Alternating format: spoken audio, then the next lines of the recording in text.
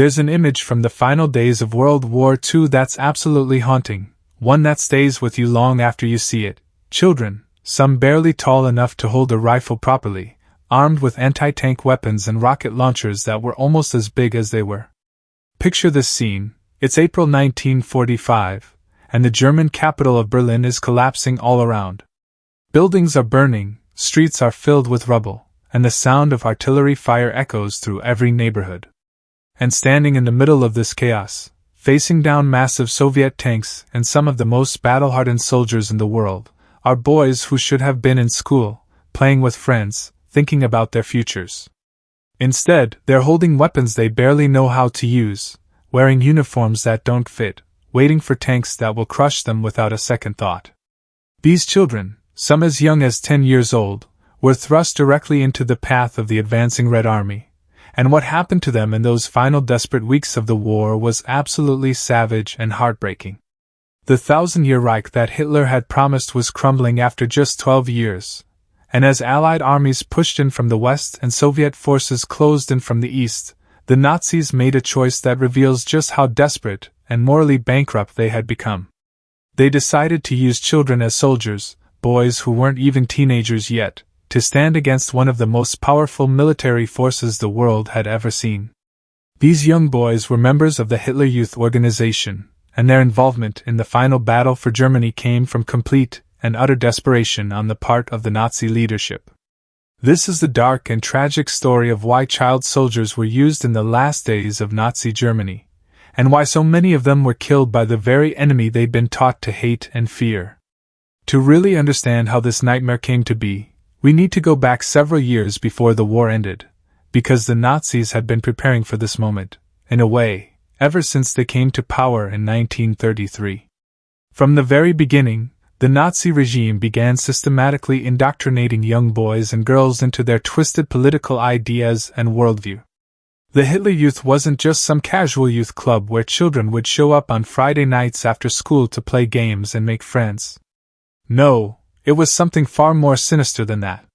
It was a ruthless military training organization designed from the ground up to create future soldiers who would one day be willing to sacrifice their lives for the Reich without question or hesitation.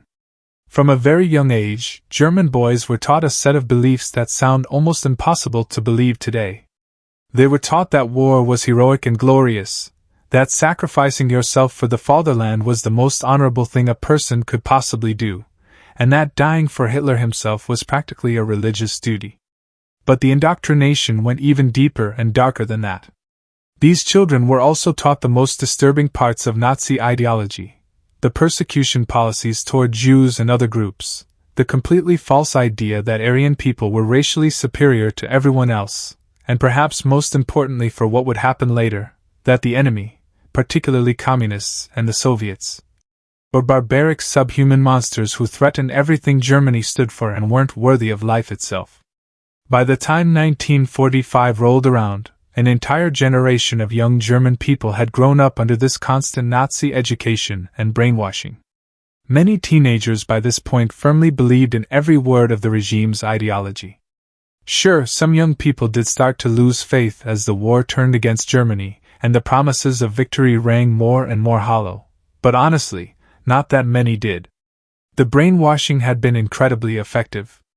So because of this deep ideological belief that had been planted in their minds since childhood, the young men of Nazi Germany didn't actually need too much convincing to pick up weapons and go fight. They'd been programmed for this moment their entire lives. But ideology alone doesn't explain why children ended up on the front lines. The practical reality was even more grim. By 1944, Germany and its military forces, including both the regular Wehrmacht and the military wing of the SS, had lost an absolutely staggering number of fighting-age men. After the disastrous offensives on the Eastern Front against the Soviet Union, millions upon millions of German soldiers and Axis forces had been killed in action. Millions more were wounded so badly they could never fight again, and millions more had been captured and were rotting away as prisoners of war in Soviet camps. Entire military divisions had been completely destroyed and wiped off the map.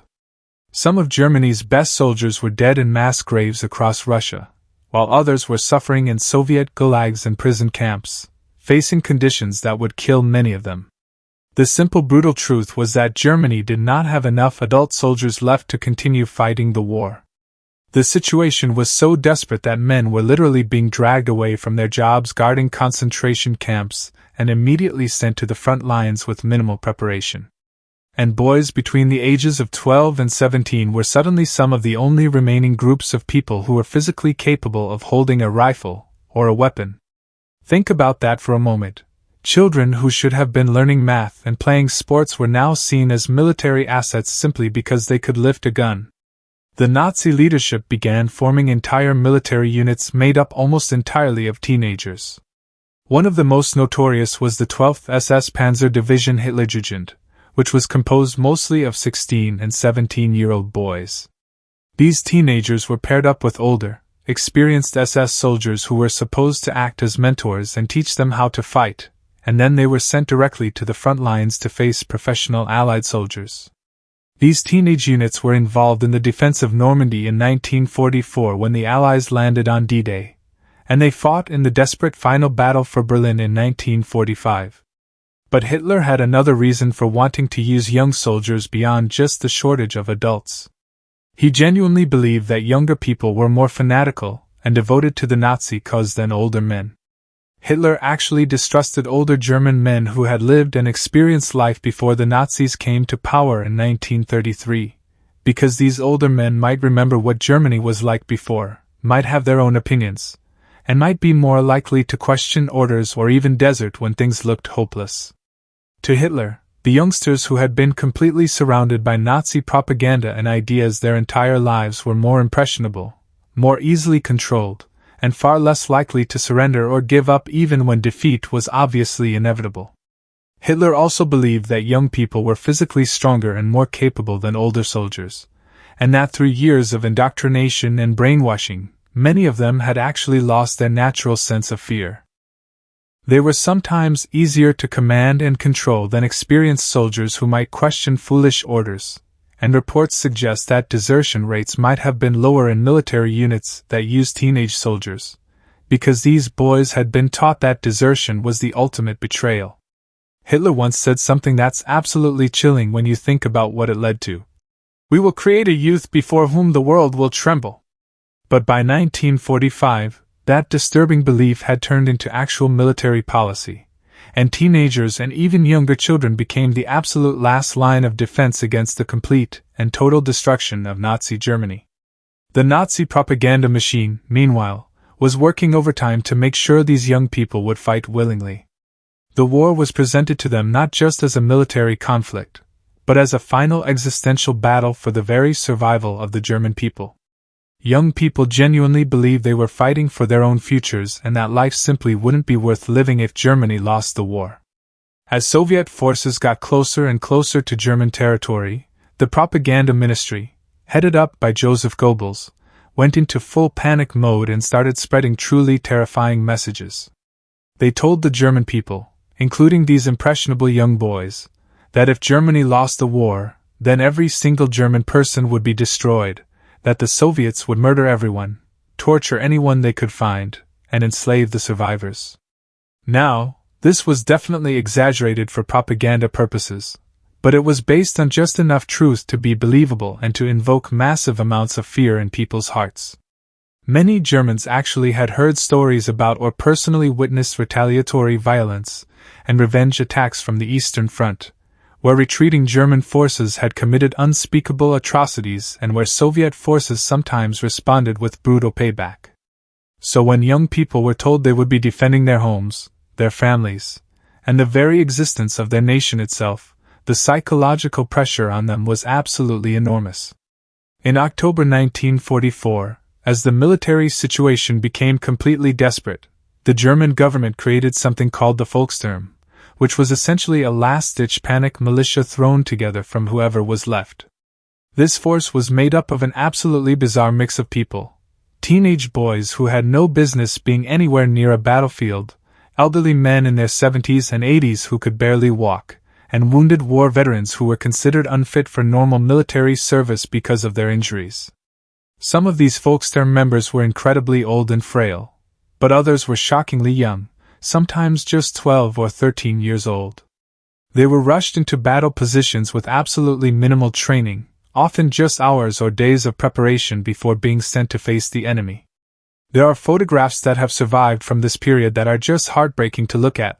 They show young boys, some looking scared and confused, being handed one-shot Panzerfaust anti-tank rockets, and the training they received was basically just someone saying, "Okay, here's how you hold it, aim it at the tank, and the rocket comes out this end." That was it. That was the extent of their training before being sent to face massive Soviet tanks, including heavy tanks that were basically unstoppable by infantry. The weapons these child soldiers were given were often very outdated and of poor quality, and there was a severe shortage of ammunition in the final weeks of the war, which meant that any resistance they could put up was practically useless and futile from the start. There was also basically no understanding of real combat tactics or survival skills among these young fighters.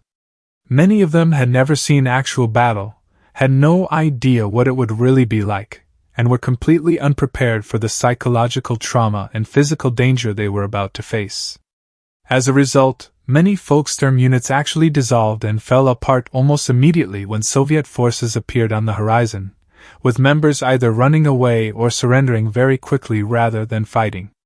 But despite this, some units did fight hard, particularly in the defense of Berlin itself during the final battle for the capital. There are some very famous and disturbing photographs from April 1945 that show Adolf Hitler himself, in one of his last public appearances, personally awarding medals and military honors to young children who were wearing uniforms that were far too big for them and who were supposedly fighting to defend the capital. These images are haunting because you can see in some of the children's faces that they're just kids who have been caught up in something they don't fully understand. But here's something that makes this whole situation even more tragic. For many of these children, refusing to serve and fight for the defense of the Reich was actually incredibly dangerous, not just for them but for their entire families. If a young boy said he didn't want to take up arms and fight, his family could be punished severely, arrested by the SS or Gestapo, and in some cases, family members could even be executed for having a coward, or traitor, in their household. Refusal to fight was officially considered treason against the state, which was punishable by death. In Berlin in particular, there were cases of deserters and people who refused to fight being publicly hanged from lamp posts and street lights, with signs hung around their necks saying things like, "I refuse to fight and defend German women," or, "I am a coward and a traitor." These public executions were meant to terrorize other people into fighting. Local Nazi officials and party members also sometimes went door to door pressuring parents directly, threatening them and their families if their sons didn't report for duty. The reality is that many young boys didn't actually choose to fight at all. They were forced into it by a combination of propaganda, family pressure, threats, and fear. One heartbreaking example of this is a boy named Alfred Zeck. He was just 12 years old when he was thrust into the fighting in the final days of the war. Alfred hadn't even volunteered himself. His own family had actually signed him up to fight, essentially offering their 12-year-old son to the Nazi war machine. He was one of those children who was personally decorated with the Iron Cross by Hitler in Berlin during one of those propaganda photo opportunities. What makes his story even more tragic is that Alfred didn't even know at the time that his own father had been killed in the fighting after being pressed into service with the Volkssturm. After receiving his medal, young Alfred was then sent far away from his home and family, all the way to what is now the Czech Republic, to continue fighting. And despite being only 12 years old, just a child who should have been in elementary school, Alfred was wounded in combat, and then captured by enemy forces. He spent time as a prisoner of war, experiencing things no child should ever have to experience. His story is just one of thousands of similar tragedies. The ultimate result of using child soldiers in the final weeks of World War II was absolutely catastrophic and heartbreaking. Thousands upon thousands of teenagers, and many children even younger than that, many of them still technically school-aged, died completely hopeless deaths in battles where their fate was sealed from the very beginning and where every military operation they were involved in was doomed to fail before it even started. In the battle for Berlin, children as young as 12 were sent into absolutely fierce street fighting armed with those one-shot Panzerfaust weapons, and the terrible truth is that most of them died without ever even getting the chance to fire that single shot they'd been given. They were killed by artillery, by tank fire, by snipers, or by Soviet infantry before they could get close enough to a tank to use their weapon. The Soviet Red Army, for their part, had absolutely no hesitation or moral qualms about shooting and killing these child soldiers. From the Soviet perspective, these children were products of the Nazi system that had invaded their homeland, killed millions of their people, and committed unspeakable atrocities across Eastern Europe. In the eyes of Soviet soldiers, these armed children were dangerous enemies who needed to be dealt with immediately, regardless of their age. There was no room for mercy or sympathy in the brutal street fighting that characterized the battle for Berlin. Some child soldiers who were captured alive were seen weeping and desperately pleading for their lives, finally understanding the horrible reality of what they'd been sent into. But inside Berlin, hundreds upon hundreds of young children were killed in the savage fighting with Soviet forces. This wasn't their conflict. This wasn't their war. They were children who had been brainwashed, manipulated, and thrown into a meat grinder by adults who should have protected them. Some of these children met truly terrible ends, being blown apart by artillery shells, being crushed under the treads of T-34 tanks or massive heavy tanks, or being caught in the crossfire of street-to-street combat. The close-quarters fighting in Berlin's streets and buildings led to Soviet soldiers taking absolutely no prisoners in many cases, firing their rifles and submachine guns at anyone carrying a weapon, including children who genuinely did pose a danger to them even though they were just kids.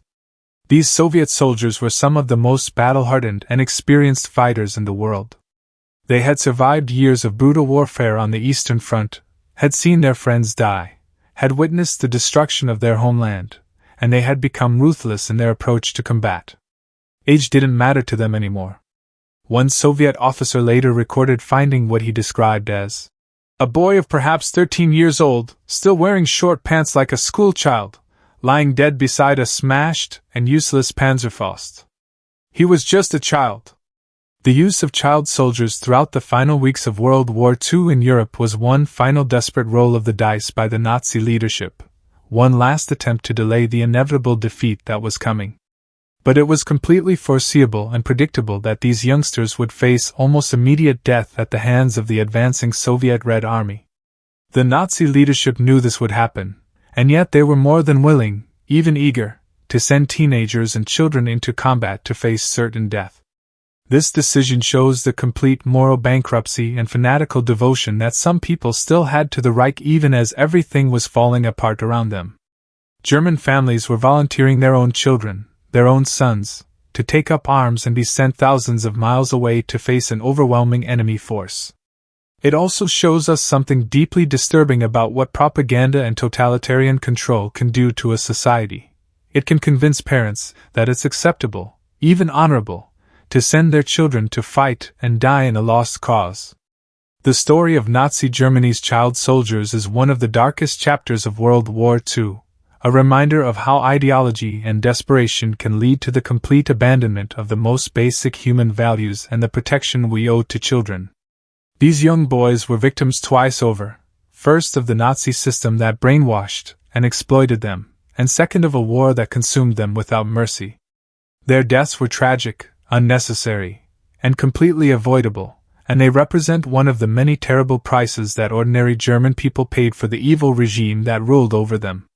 Looking back on this history today, it's almost impossible to comprehend how adults could have allowed this to happen, how parents could have sent their children into battle, and how a government could have been so morally bankrupt as to use children as soldiers in the first place.